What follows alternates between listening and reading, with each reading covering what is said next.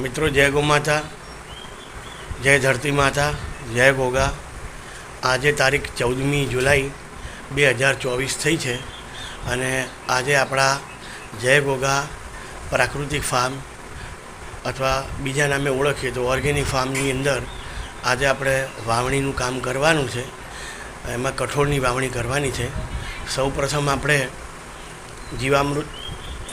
બીજામૃત દ્વારા આપણે જે બીજામૃત બનાવ્યું છે એનો આપણે કઠોળ પાકને પટ આપવાનો છે, જેથી કરીને એના અંકુરણ, વૃદ્ધિ, વિકાસમાં ખૂબ જ સારો બીજામૃતનો ફાળો હોય છે.